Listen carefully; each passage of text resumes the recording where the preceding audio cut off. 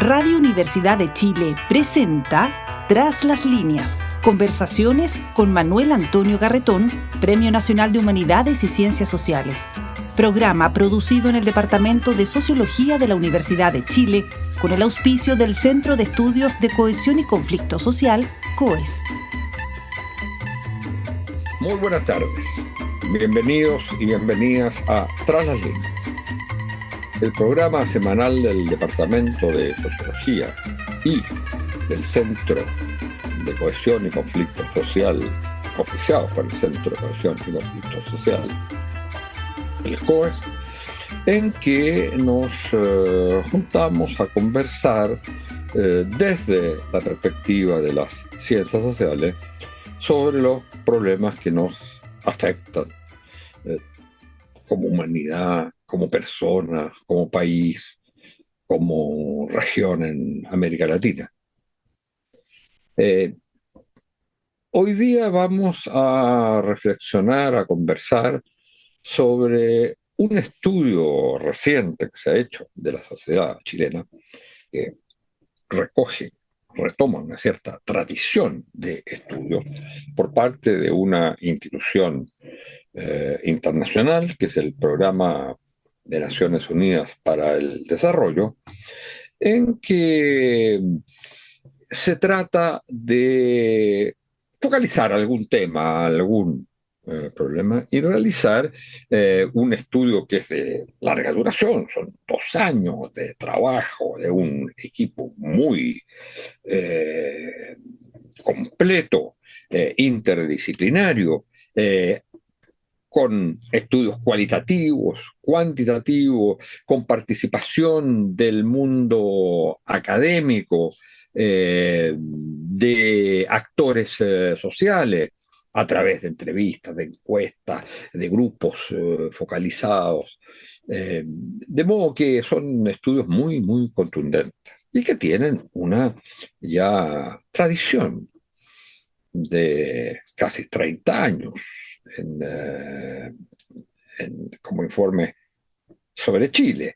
Ahora, estos se inauguraron hace más de 30 años, por ahí, como informes mundiales del desarrollo humano, que era introducir un nuevo concepto distinto al de desarrollo clásico, entendido como desarrollo económico, que se suponía que traía a su vez mejoramiento en las otras áreas de la sociedad. La idea del desarrollo humano es que puede haber mucho crecimiento económico, por ejemplo, mucho desarrollo económico, y no así, por ejemplo, resolver los problemas de igualdad, o generar crisis medioambientales o climáticas muy grandes, o estar viviendo un tipo de crecimiento económico que genera problemas en las vidas cotidianas de la gente, en lo que llamamos las subjetividades. Entonces, este concepto de desarrollo humano fue, yo diría, una revolución conceptual que tiene su origen, no tanto, diría uno, en los organismos internacionales, aunque los organismos internacionales lo recogen. Tiene su origen, si no me equivoco, en Amartya Sen, el gran premio Nobel, en que precisamente planteaba que no bastaba el desarrollo económico. Y el equipo que hay acá en Chile, digamos, la institución, el PNUD, comenzó estos estudios para el caso chileno en el año 1998, con el primer informe, que causó un enorme impacto. Y causó un impacto porque vivíamos un clima como país todavía que recordaba, aunque no es igual para todos los sectores, pero que recordaba el famoso eslogan del plebiscito del no: la alegría ya viene. Es decir, por lo menos había la alegría con los distintos problemas que pudieran haber, pero había la alegría de haber terminado la dictadura, de haber disminuido significativamente los niveles de pobreza, de tener eh, elecciones abiertas, libres, en que el gobierno de la época era un gobierno mayoritario. Entonces, vivíamos de alguna manera, se hablaba de la excepción chilena en ese momento, porque se había reconquistado la democracia, se estaba en un proceso de desarrollo económico, y sin embargo, el PNUD en su informe, y esto de alguna manera había sido presagiado por sectores del mundo académico, entre otros, el libro famoso de Tomás Mulián, Chile, Anatomía de un mito, justo un año antes del informe del PNUD, pero que ya presagiaba un cierto descontento, no con el hecho que se viviera en democracia, que se hubiera terminado con la dictadura, sino un cierto descontento con el, lo que la gente percibía para sí mismo de lo que había significado el cambio en la sociedad. Es decir, había, y ese fue el gran impacto, había la percepción que al país le iba muy bien, pero que a mí no me va bien. 10 años después, comienza una época, uno podría decir que comienza una época, pero estamos en una época que se va a ir mostrando sobre todo después, en que la gente dice, mire, y en este informe el PNUD recoge eso, a mí me va más, más o menos bien, pero el país le va muy mal.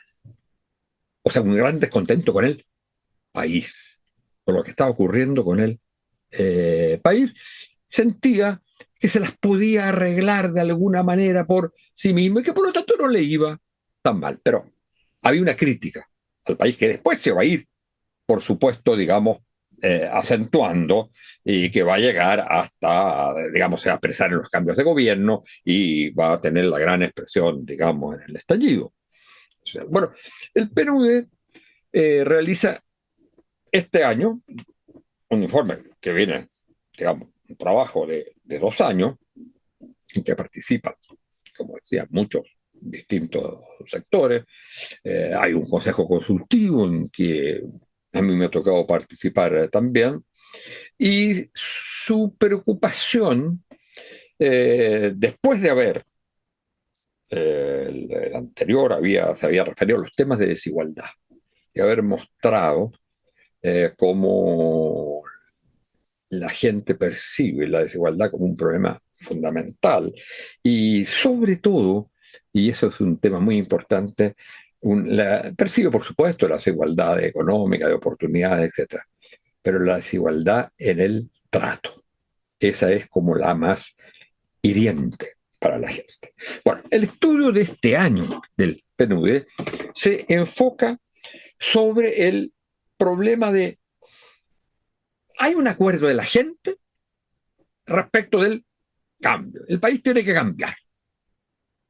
Y por supuesto, y eso lo veremos, la que se quiere con el cambio, en fin, son cosas diferentes, pero digo, hay la idea del cambio y sin embargo hay una mayoría que está por cambio y por cambios profundos, pero el país no tiene capacidad de cambiar.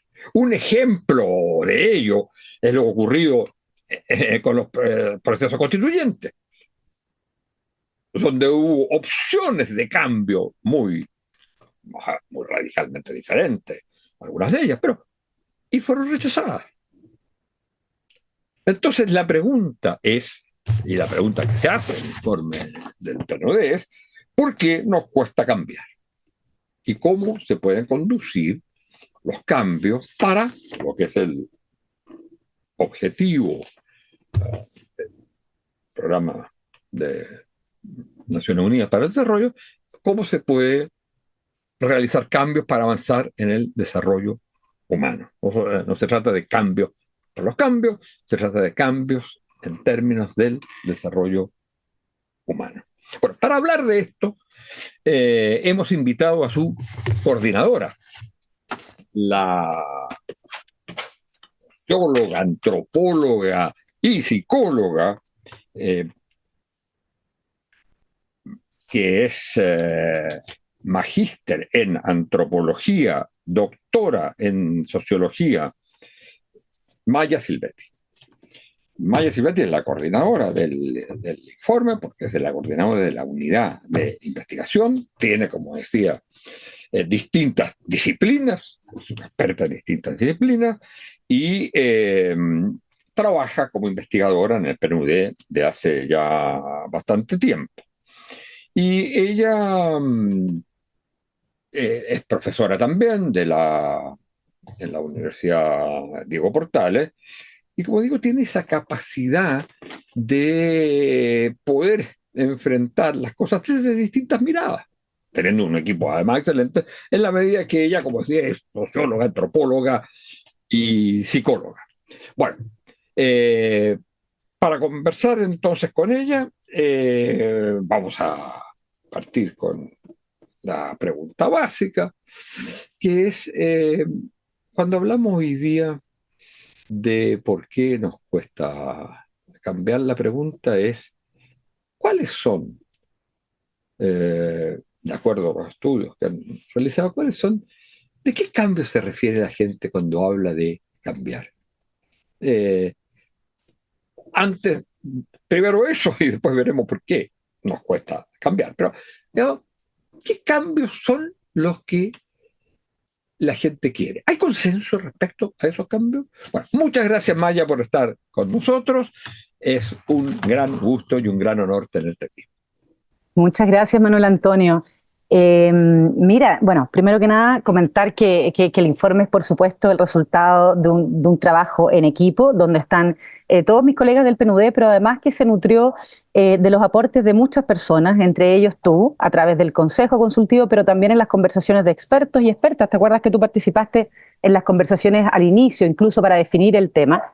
Pero también después comentamos los argumentos, es decir, es un trabajo totalmente colectivo. Participaron también consultores y consultoras de las universidades, de distintas universidades. ¿A qué cambio se refieren? Esa era la pregunta, ¿no es verdad? ¿A qué cambio se refiere el informe? El informe, el objeto del informe... La gente cuando dice que quiere cambio. Sí. ¿Qué está diciendo? Sí, está diciendo, el objeto del informe son los cambios sociales conducidos, y el tema del informe es por qué nos cuesta avanzar en cambios que cumplen con dos características, ya sea que han sido demandados históricamente por la población, y ahí está la reforma al sistema de pensiones o los cambios en materia de pensiones, resolver los problemas en el ámbito de la salud, las listas de espera, pero también las dificultades de cobertura del sistema de salud público, pero también cambios que no son, en los cuales no hay consenso respecto de qué tipo de reforma concreta implementar, pero sí existe consenso respecto de la necesidad de cambiar. Por ejemplo, en el tema de pensiones, efectivamente, hay divergencia entre los grupos de expertos y expertas respecto de cómo reformar el sistema de pensiones, pero sí hay consenso, la Comisión Bravo es un ejemplo de ello, pero sí hay consenso de que el sistema de pensiones tiene que ser reformado. Y cuando la gente, eso desde la perspectiva del objeto del informe y qué fue lo que nosotros quisimos visibilizar a través de este estudio.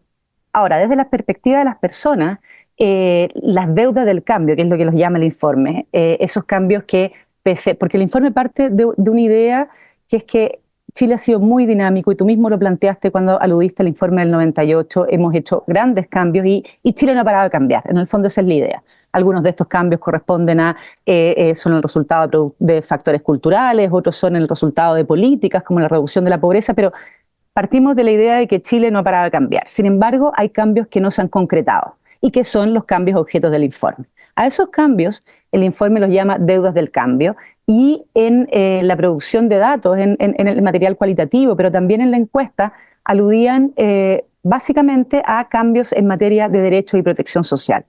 y específicamente lo que más aparecía, no es que esté circunscrito a eso, también aparecía problemas de acceso a la vivienda, pero lo más importante, lo que se repetía, era cambio en materia de pensiones, en salud y sobre todo la diferencia de salud entre quien puede costear un sistema de salud privado y el que accede a sistema de salud público. Las listas de espera aparecían muy mencionadas y la calidad de la educación, también comparativamente entre educación pública y privada.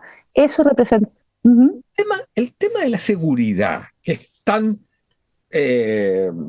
reconocido como el gran tema que principalmente la gente dice que ese es el problema. Claro, quizás no sea un tema de cambio propiamente tal, sino de situación que me está afectando.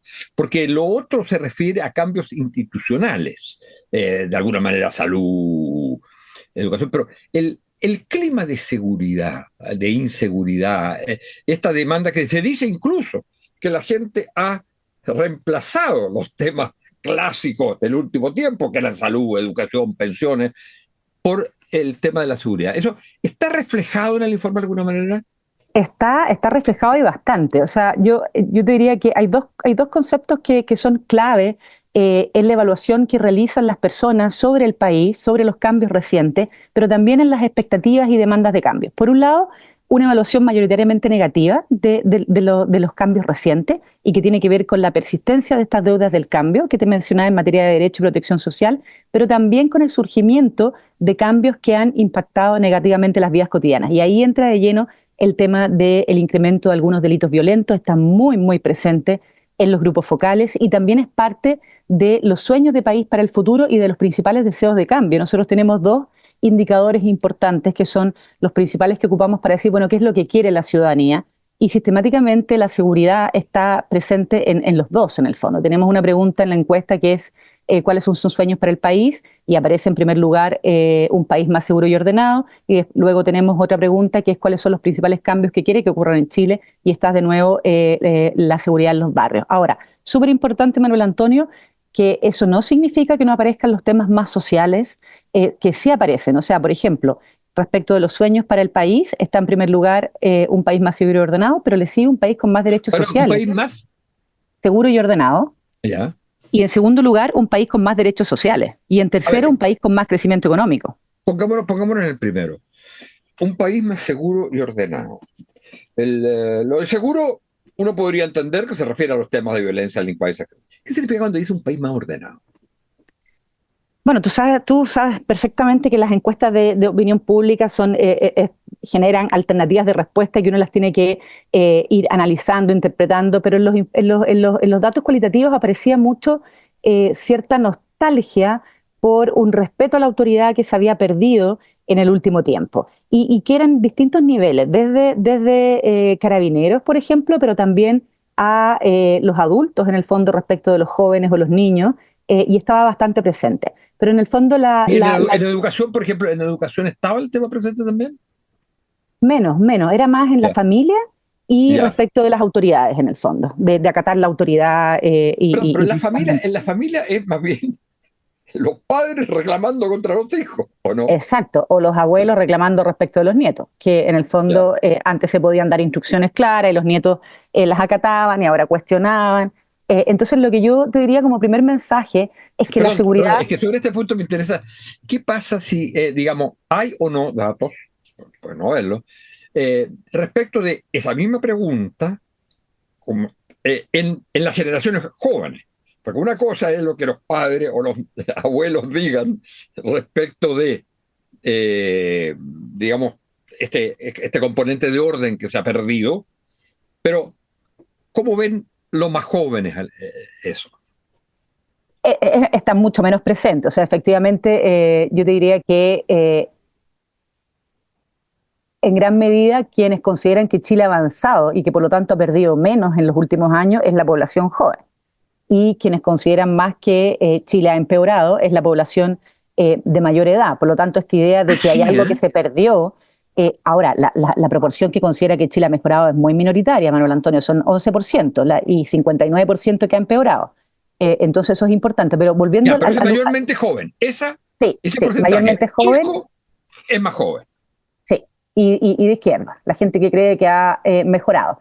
Pero lo que te quería transmitir para que no se me vaya la idea es que los datos del informe no sostienen, al revés, refutan la tesis de que las demandas de cambio tienen que ver solo con seguridad y que han abandonado toda la idea de derechos sociales. Lo que muestran nuestros datos es que están las dos cosas presentes. Efectivamente está en primer lugar el tema de la seguridad en los barrios, pero en segundo lugar está derechos sociales. Y si uno mira la pregunta de ¿Y qué cuáles son los dicen por principales... derechos sociales? ¿Qué entienden cuando dicen derechos sociales? Es un poco lo que te mencionaba respecto a las deudas del cambio, básicamente Ya, pensiones, básicamente salud y educación de calidad.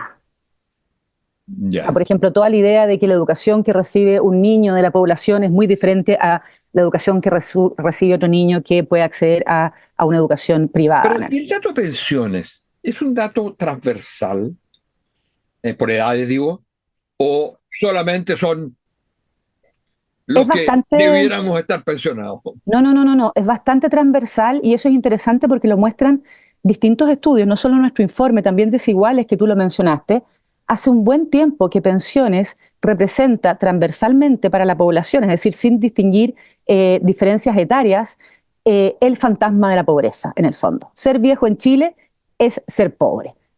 Puede ser que sea en unos pocos años más, si es que uno está más cercano a la edad de jubilación, o puede que sea en varios años más. Pero en el fondo hay como un relativo consenso en el fondo de que el tema de las pensiones es crítico en Chile, y también hay un relativo consenso de que hace mucho tiempo se viene prometiendo y se viene planteando que se van a hacer cambios al sistema de pensiones y eso no termina de suceder. Bueno, entonces ahora, ¿por qué cuesta cambiar? Estos son los cambios de alguna manera que la gente aspira, ¿no es cierto? Que tienen que ver con los temas de seguridad, pero que tienen que ver con los temas de los derechos sociales. Eh, eh, digamos, ¿por qué cuesta cambiar? Ahora, y en relación a eso, no sé si hay, digamos, datos al respecto, pero a mí me da la impresión que el concepto de cambio, ese es un concepto que ha sido clave en Chile. Yo me acuerdo de la década, usted no nacía, de la década del 60. La palabra era cambio, pero cambio en el sentido más bien como global, es decir, transformación del país, tanto por los sectores, y los sectores políticos representaban sectores sociales en aquella época, hoy día ya no es tanto así, ¿no? Entonces, y el anhelo del cambio o la búsqueda del cambio era un cambio para cambiar o el modelo de desarrollo, o para cambiar el régimen de propiedad, o para cambiar la estructura agraria, ¿eh? O sea, era para cambiar el país. Y por supuesto que en cierto modo también durante todo el periodo de la dictadura es también el cambio, se llama cambio a una sola cosa, cambiar la dictadura por democracia. Hoy día pareciera hablarse más de cambios, más que de una imagen compartida de país, ¿o no? Sí, totalmente. O sea, el concepto que nosotros utilizamos en el informe es cambios sociales conducidos y que tiene dos patas importantes, o tres quizás. Por un lado, son cambios que son impulsados, son transformaciones impulsadas por actores sociales reflexivamente. Por lo tanto, no es algo que ocurre por accidente, sino que ciertos actores sociales los impulsan y los persiguen, y por lo tanto son el resultado de la agencia. Son cambios que se basan además en objetivos de futuro compartidos, algo que nos dimos cuenta mientras hacíamos el informe, y bueno, y también que es parte del debate público, es la dificultad para llegar a consensos plenos en el fondo. Por lo tanto, nos parecía absolutamente irreal partir de un concepto de cambio que fuese el resultado de un consenso absoluto respecto de alguna materia. Entonces, dijimos, bueno, vamos a utilizar un concepto un poquito más acotado, que es acuerdos de futuro compartidos en el fondo, objetivos de futuro compartidos. ¿Y Y los por otro hay? lado, ¿Los hay?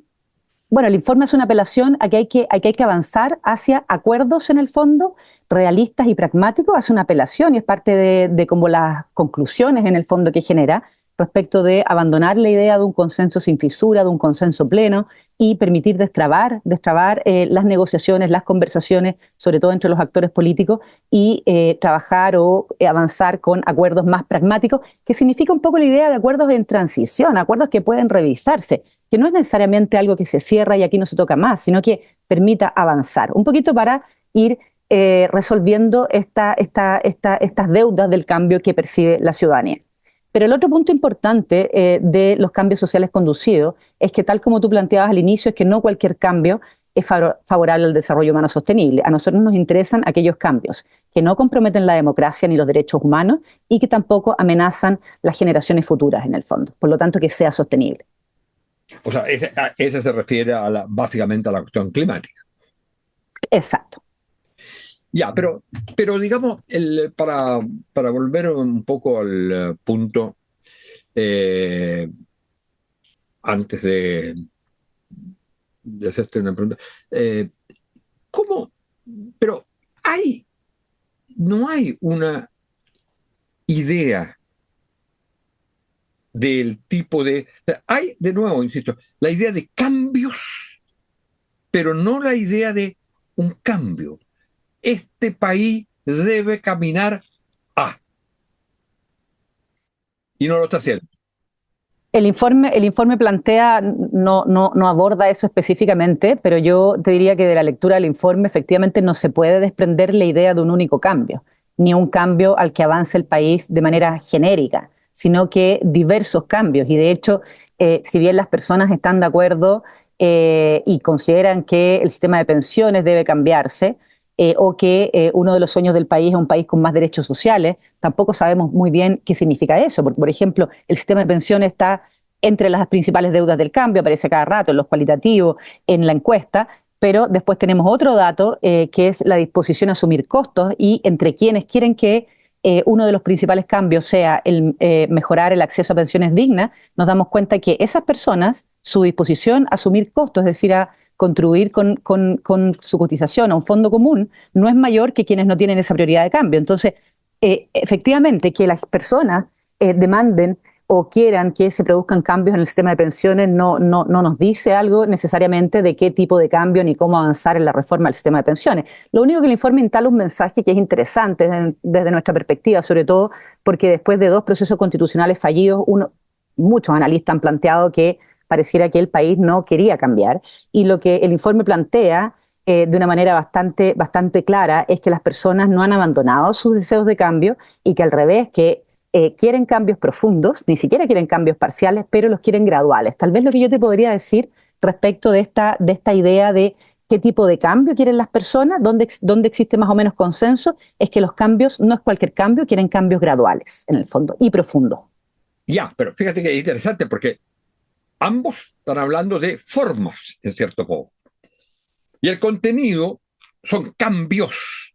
Pero no, por ejemplo, como en otra época, insisto, desarrollo, modernización, democracia, si tú quieres, socialismo o nuevas formas de capitalismo, pero la idea de un cambio orientado hacia una transformación de la sociedad, pero con una como percepción de lo que hay, sino que más bien, y yo creo que tú resumías muy bien eso, a lo que hay queremos cambios en esto, en esto otro, pero no pareciera haber, y eso tiene que ver con la época, ¿eh?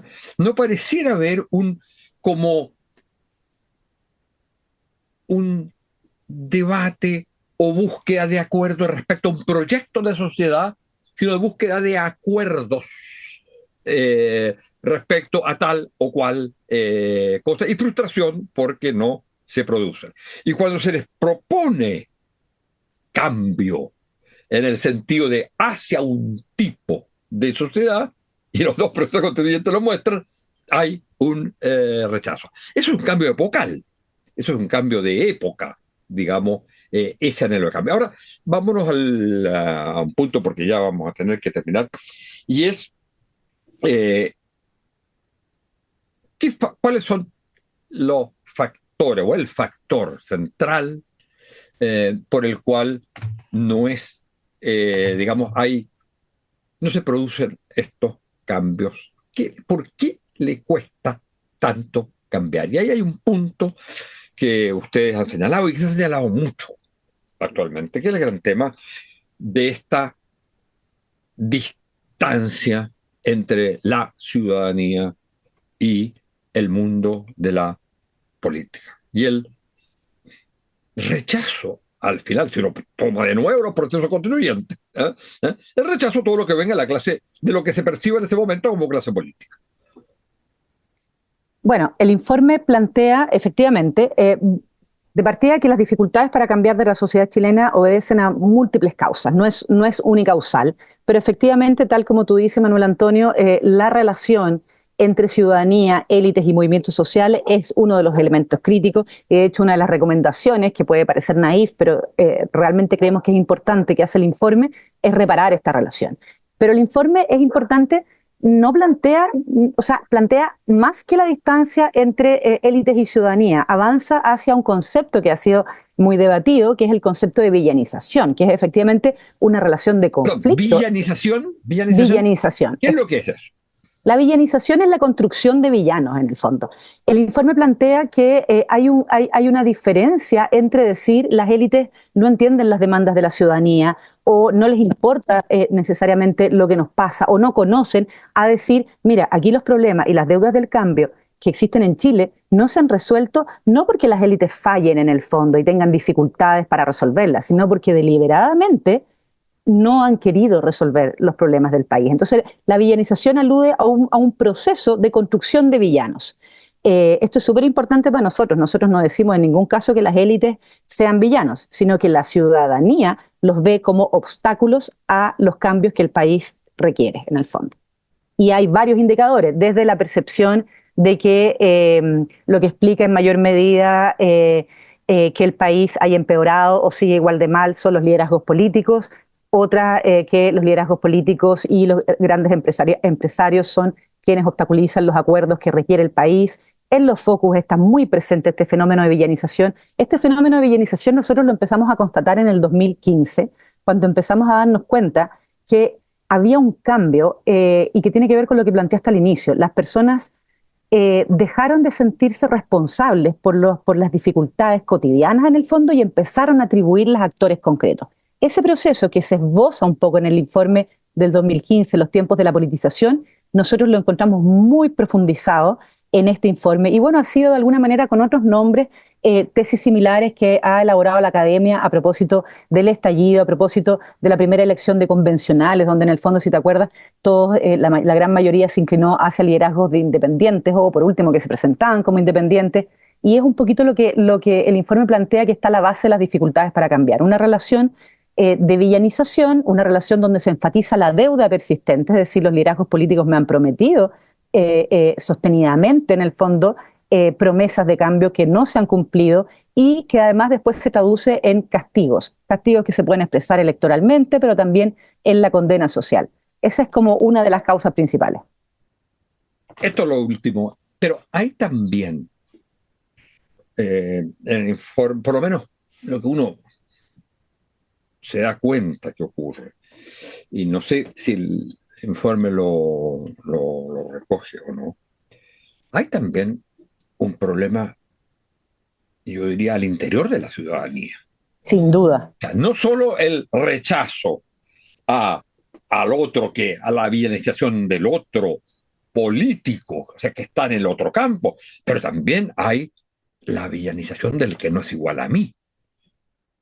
Y hay entonces una ciudadanía muy estallada. No es solo la ciudadanía con una visión de bien común, sino que no tiene una visión de bien común, tiene la visión múltiple de los distintos grupos sociales, etcétera, pero en la cual hay el resentimiento, la desconfianza, el rechazo muchas veces del otro distinto a mí. Totalmente, bueno, y tú tienes toda la razón. No solo la manera en que percibe la ciudadanía las élites es algo problemático de cara a las capacidades de conducción social, sino que también hay múltiples dinámicas inhibidoras de la capacidad de conducción social a nivel de las subjetividades. El informe las describe. Una de ellas tiene que ver con algo que planteaste al inicio, que es la tendencia a exacerbar las capacidades individuales para lograr proyectos personales y a invisibilizar la sociedad. Nos llamó mucho la atención que la ciudadanía en general no reconoce ningún cambio positivo en los últimos años, pero además le cuesta identificar algunas políticas públicas que han sido bastante exitosas y que están vigentes hace un buen tiempo, desde GES, PGU, gratuidad, prácticamente que no aparecían en los grupos focales. Pero además la ciudadanía establece una clara separación entre el futuro personal y el futuro colectivo, que es otra de los aspectos que inhibe las capacidades de conducción social. Para la ciudadanía, para las personas, la sociedad no solo no es un soporte, ni importa para nada para el logro de proyectos, sino que la ve como una amenaza, pero además considera que más allá de lo que pasa en Chile, en el mundo, el logro de proyectos personales finalmente depende de cada uno. Esa lógica de rascarse con los propios uñas es sin duda problemática. Y está el tema de la baja confianza interpersonal, es otro problema, la poca disposición a participar en organizaciones, la baja disposición a asumir costos por los cambios que las mismas personas anhelan en el fondo. Este informe se preocupó, Manuel Antonio, mucho de no solo interpelar a las élites por su rol que tiene en la conducción, sino también de hacer una crítica a la ciudadanía, porque una de las cosas que plantea que hay que hacer para mejorar o fortalecer las capacidades de conducción es un trabajo de cultura política en el fondo. Así es. Bueno, yo creo que ese es un punto absolutamente clave. No el que los otros son los malos, ni siquiera los malos son los de arriba, también los malos son el del lado, no.